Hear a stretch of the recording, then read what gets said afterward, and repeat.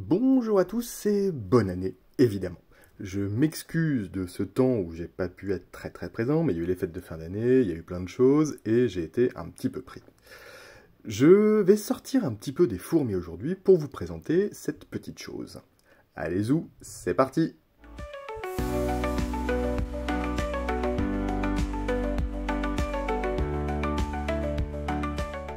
Ce que nous voyons là, j'en suis désolé pour les âmes sensibles, c'est donc un accouplement de Philosamia ricini, des papillons qui nous viennent d'Inde, également appelés Bombyxeri. Cet accouplement-là a lieu le 18 octobre 2024. 3 jours plus tard, donc le 22 octobre, ce même papillon, un peu décharné car un peu vieillissant, s'est mis à pondre des œufs. Je n'ai eu qu'un seul accouplement et qu'une seule ponte chez ces papillons, dont les chenilles m'ont été données par un ami, Fabien d'ailleurs, si tu vois ça, je te remercie encore. Le 2 novembre, donc une dizaine de jours plus tard, j'ai vu les premières émergences. J'ai donc récupéré les œufs et je les ai mis dans une autre boîte adaptée pour pouvoir suivre les différentes naissances, en tout cas, des chenilles. Okay. Le premier stade, c'est une chenille jaune. En fait, le stade L1 de la chenille, c'est une toute petite chenille jaune, on la voit là ici sur le côté. J'en ai récupéré quelques-unes, et tous les œufs que vous voyez là, donc issus d'un seul accouplement et d'une seule ponte, m'ont donné du coup ces petites chenilles qu'on nourrit directement avec du Troène. Au début, il n'en faut pas beaucoup, quelques feuilles suffisent dans une petite boîte. Et ensuite, vous allez clairement voir ce que ça va donner un mois et demi plus tard, voire un mois plus tard. On a relativement vite de belles et grosses saucisses. On est donc passé des mignonnes petites chenilles jaunes de quelques millimètres à des grosses saucisses blanches qui ne font que bouffer et faire leurs besoins, pour être tout à fait poli. Honnêtement, en un mois et demi, c'est devenu des grosses saucisses. Elles mangent, et elles font caca. C'est assez impressionnant, il y en a beaucoup. Je ne m'attendais pas à ce qu'il y en ait autant, et elles ne font vraiment que manger. Je vous expliquerai plus tard le terrarium et l'hygiène, mais c'est une première pour moi, encore une fois. Je ne m'attendais pas à avoir un tel résultat. Je vais vous expliquer un petit peu tout en détail. Là, on voit qu'il y a la plupart des chenilles sont en stade L5, donc pas le groupe de musique de Jeunes Demoiselles, mais c'est le dernier stade de la chenille. Mon humour est déplorable aujourd'hui. Elles mangent et elles font caca. Globalement, c'est leur quotidien. Elles font leurs besoins et elles mangent. Voilà le quotidien d'une chenille. Là, du coup, ce sont donc mes individuels 5. Hop, je vais arrêter les blagues pourries à ce niveau-là. Hop, je vous en fais voir quelques-unes. C'est sûr que ça change des fourmis. C'est moins agressif, c'est un petit peu plus pâteau. Ça n'en reste pas moins très vorace, clairement. Elles n'arrêtent pas de manger. Hop, j'essaye de ne pas cacher le micro. Là, je dois leur remettre de la nourriture, c'est une évidence. Quelque chose. Là, vous allez voir un individu, je pense, qui est au stade, certainement L3 pour passer au stade L4. On voit là, le reste de mue au niveau de son derrière. Je ne sais pas trop comment on appelle la dernière partie. On voit les 3 pattes, les 3 vraies pattes à l'avant du corps. Et derrière, les pattes, les ventouses, en fait, qui sont des fausses pattes, qui permettent juste l'adhérence. Donc, beaucoup sont constamment en mouvement.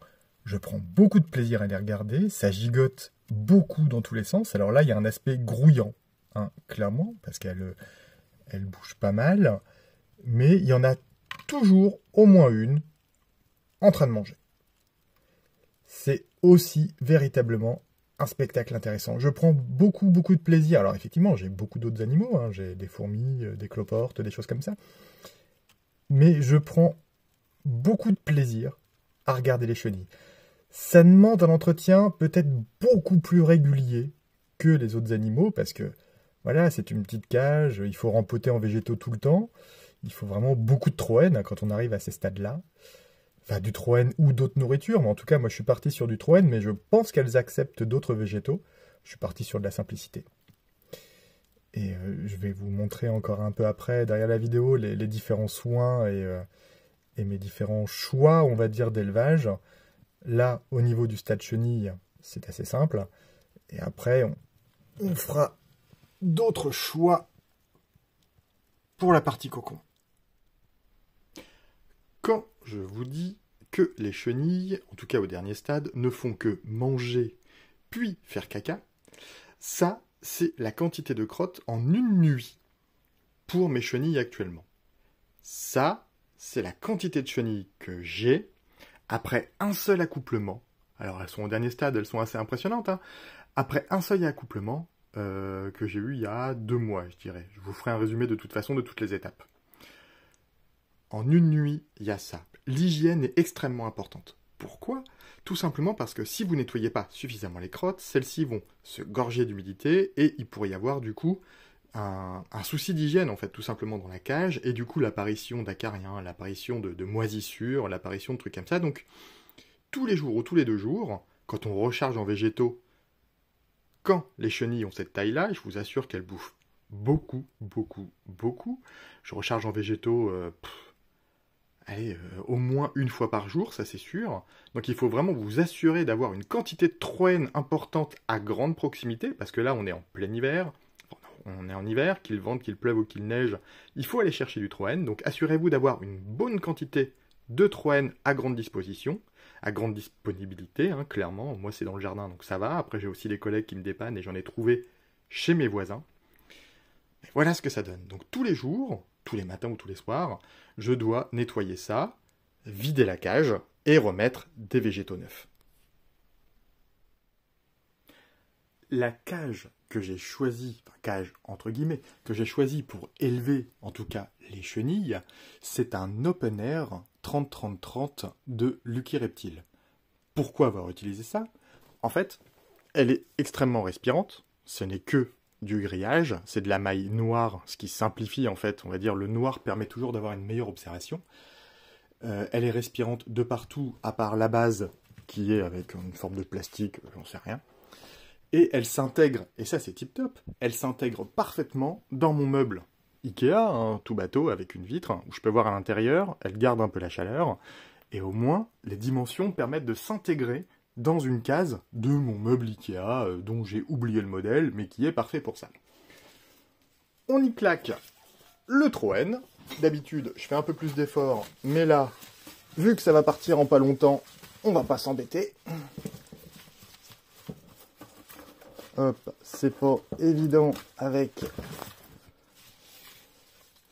le téléphone. Hop, on va pas s'embêter, de toute façon, les branches, elles vont rester 2 heures. Je suis allé les récupérer ce matin. Et on va y foutre les chenilles qu'on a nettoyées ce matin.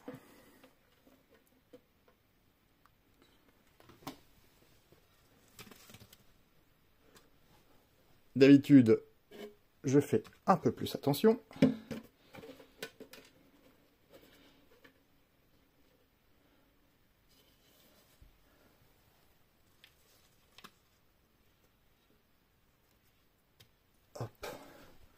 Hop. Je vous fais voir ça et je vous fais voir ce qui se passe tout de suite après. Évidemment, là, c'est en accéléré, mais je vous assure qu'elle dégomme le troène à une vitesse hallucinante. J'adore les voir manger. Je me répète, hein, mais franchement, comme les fourmis, les voir manger, ça veut dire qu'elles sont en bonne santé. Et avec leurs petites mandibules, comment elles dézinguent les feuilles, c'est toujours un spectacle extrêmement impressionnant. Elles ont vraiment des mandibules assez fortes, quoi. En ce qui concerne les cocons, la méthode que j'ai choisie, c'est de les séparer de l'open air que je vous ai déjà montré. Là, j'ai juste utilisé un panier à linge de chez Ikea qui s'appelle un Filen. Pourquoi? Tout simplement parce que c'est, encore une fois, respirant, ça prend pas de place, et du coup, quand j'ai pas de cocon, je peux le ranger sous un meuble ou le ranger quelque part, et je peux accrocher les cocons avec des épingles en tommeau directement dans le filet, en fait, qui sert de contenant. Ça me permet, du coup, d'avoir un support pour l'envol des papillons, envol entre guillemets, hein, parce que, bon, Philosamia ricini, c'est pas des papillons qui volent vraiment très bien. Ça me permet en tout cas de pouvoir les classer. Donc là, on voit à l'extrême gauche le plus vieux, ensuite les plus récents, et ça me permet du coup de savoir quels sont ceux qui sont les plus âgés, et du coup, moi, je peux ensuite les trier. Le papillon pourra vivre là-dedans. Après, je rappelle que le papillon va vivre, allez, on va dire 1 semaine à 10 jours, quoi. Donc ça va pas être fou. Le seul objectif du papillon, c'est la reproduction. Ce Filen dispose... Alors, là, je vais devoir me lever d'un couvercle. Ça sert à rien qu'il soit parfaitement étanche. Le papillon ne vole quasiment pas. Là, il n'y en a que 10, si je ne me trompe pas. 1, 2, 3, 4, 5, 6, 7, 8, 9, 10. Ok, c'est très bien, j'arrive encore à savoir compter. Vous avez vu la quantité de chenilles que j'ai encore en préparation. Hein, j'ai fait la vidéo le même jour.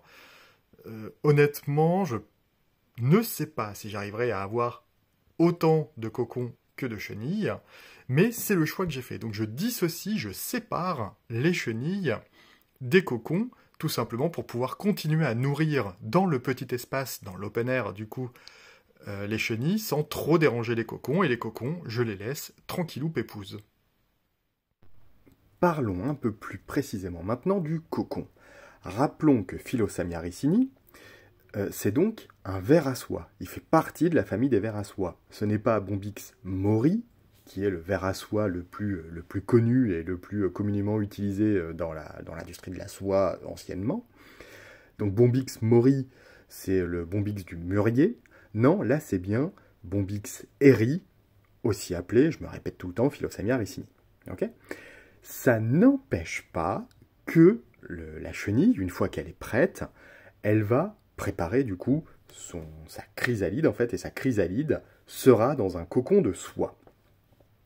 Vous l'avez vu précédemment, j'ai donc fait le choix de séparer les chenilles des cocons. Hein, le cocon il est dans un Filen, et je les prends généralement, c'est le soir en fait, et comme ça les chenilles ont eu le temps bien de se préparer. J'essaye de ne pas les prendre trop tôt dans l'open air, histoire de ne pas esquinter les chenilles. Malgré ça, on le voit tout de même, une forte activité. En fait, même une fois qu'on a prélevé le cocon, on voit une activité assez importante à l'intérieur. Et on peut voir la chenille bouger la tête pour pouvoir en fait, fabriquer son cocon de soie.